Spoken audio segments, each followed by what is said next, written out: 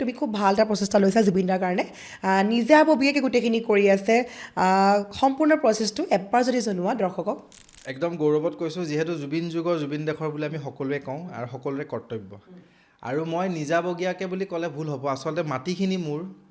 গোটেইখিনি আচলতে দেউতা ভাগৰ মাটি খুব গৌৰৱত কৈছোঁ জেঙেৰাঝাৰ দলংঘাট একালৰ অবিভক্ত দৰঙৰ অন্তৰ্গত এখন খুব মৰম লগা গাঁও আৰু অন্তৰ্ভুক্ত হৈছে ওদালগুৰি জিলা আজি কেইবাবছৰো হ'ল সন্তান তাৰে মই আচলতে দেউতা তাৰে সন্তান আৰু দেউতাৰ মই পুত্ৰ অৰ্থাৎ মই নাতি হ'লোঁ গাঁওখনৰ খুব মৰম কৰে গোটেই গাঁওবাসীয়ে মোক খুব মৰম কৰে কথাটো হ'ল যিজন মানুহৰ আঙুলিত ধৰি পেলাই অসমখন ঘূৰিলোঁ বিদেশলৈকে গ'লোঁ যিটো সত্তা যিষাৰ মাত বা যি সাহসত আচলতে নিজকে চিৰঞ্জীৱ সেই আম্পু বোলা শব্দটোৰ পৰা সেই বাবাজনৰ পৰা আজি চিৰঞ্জীৱ হ'বলৈ আচলতে নিজকে প্ৰস্তুত কৰিলোঁ আচলতে মোক বনাইছে সেই গুৰুজনা সেই জুবিন গাৰ্গ ডাঙৰীয়াই আজি যিখিনি হ'লোঁ তেখেতৰ কৃপাত হ'লোঁ আৰু মোৰ আচলতে এজন শিষ্য হিচাপে মই কৰ্তব্য বুলি ভাবোঁ আৰু মোৰ নিজৰ সেই গাঁওখনৰ সেই মাটিখিনিত নাম দিছোঁ প্ৰজেক্ট জুবিনলেণ্ড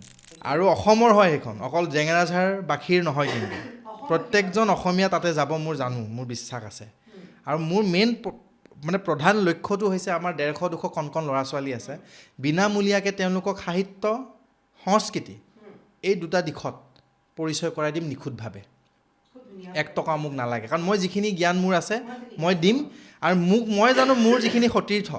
মোৰ লগত উঠা বহা কৰা মোৰ দাদা মোৰ বাইদেউ মোৰ গুৰু যিসকল আছে তেওঁলোকেও মোক সহায় কৰিব এই অসমীয়া ৰাইজে সহায় কৰিব মই জানো তুমি আজি চোৱা তুমি এজন ভাল কবি তুমি এগৰাকী ভাল লিখিকা তুমি আহি পেলাই তাতে গ্ৰন্থৰ চৰ্চা কৰিবা নহয় এদিন হ'লেওতো তুমি যাবা এজন শিল্পীয়ে তেখেতে আহি পেলাই তাতে তেখেতৰ সেই তুলিকা বা সেই ৰঙেৰে জীপাল কৰিবলৈ সেই সময়খিনি তেখেতে আমাক দিব নহয় কোনোবা ভাল গান গায় সেই কণ্ঠশিল্পীগৰাকীয়ে যাই পেলাই গানৰ চৰ্চা কৰিব নহয় সেইখন এখন এনেকুৱা প্ৰজেক্ট য'ত জুবিন দাক আমি খোজে যাতে বিচাৰি পাব পাৰোঁ এখন লাইব্ৰেৰী থাকিব বিভিন্ন ভাষা বিভিন্ন দিশৰ বিভিন্ন জ্ঞান আমি পাব পৰা এখন লাইব্ৰেৰী এখন পুথিভঁৰাল কাৰণ দাদাই কৈছিলে কিতাপ নপঢ়া জাতিক গামোচাই কেতিয়াও বচাব নোৱাৰে আৰু সেইষাৰ কথা আখৰে আখৰে এতিয়া পালন কৰিবলৈ হ'ল আৰু মই আৰম্ভ কৰিছোঁ মই ভাবোঁ তেনেকৈ তাতে পুখুৰী আছে 20-25টামান পুখুৰী আমি আধা পুখুৰী লৈ পেলাই যিখিনি নিবনুৱা তেওঁলোকক আমি সংস্থাপন দিম দাদাই বিচাৰিছিলে পথাৰ আমাৰ বজাৰ আমাৰ সেইখন পথাৰ আমাৰ বজাৰখন আমাৰ আৰু এতিয়া মই বিশ্বাস কৰোঁ আৰু আমি লাগিছোঁ উঠি বহি আচলতে চবেই আমি কষ্ট কৰি আছোঁ অৰ্গেনিক খেতি কৰিম পেকেজিং কৰিম চিল দিম মোৰ এটা ব্ৰেণ্ড আছে নাম খিলঞ্জীয়া প্ৰডাক্ট অফ জুবিনলেণ্ড যাবগৈ বিদেশত ৰয়েলিটি চৰকাৰেও পাব 2 পইচা ময়ো পাম 2 পইচা আমাৰ খিলঞ্জীয়া যুৱচামে পাব গাঁওখন ডেভেলপ হ'লনে চব মোৰ পৰিকল্পনাটো সেইটো যিখন অসমৰ কথা জুবিন দাই ভাবিছিলে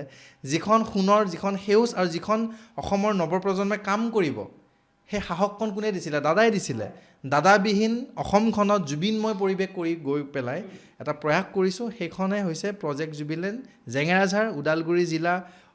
অন্তৰ্গত খুব মৰম লগা এখন গাঁও তাতে ল'ৰা ছোৱালী পঢ়িব খেতি কৰিব ডাঙৰ মানুহ হ'ব IASও হ'ব ACSও হ'ব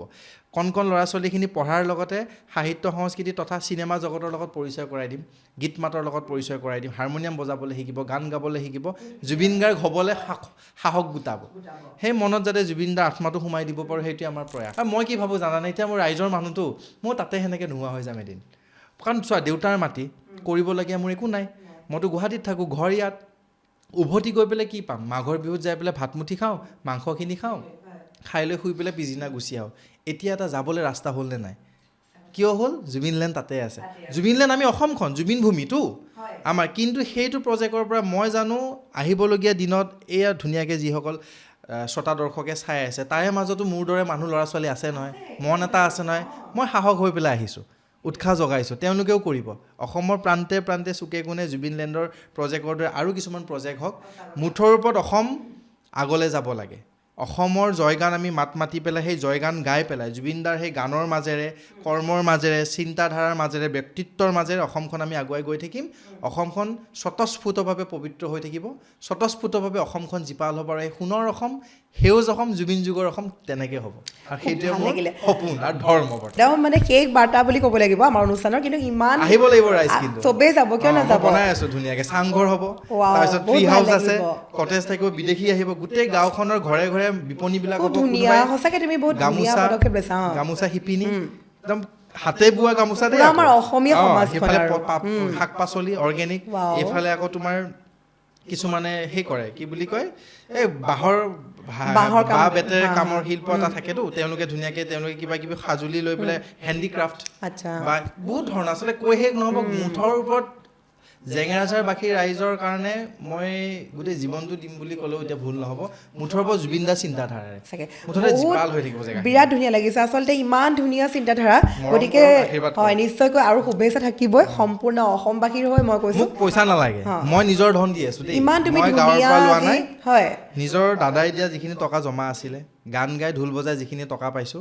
নিজে ব্যৱসায় কৰি যিখিনি দুপইচা অৰ্জন কৰিছোঁ মাৰ পৰা মই লোৱা নাই মোৰ বান্ধৱী মোৰ বন্ধু কিছুমানেহে দিছে দেই দিব আৰু দি আছে কাৰোৰ পৰা মোৰ গাঁওখনৰ পৰা পইচা নালাগে বা ৰাইজৰ পৰা পইচা নাই মোক কি লাগে জানেনে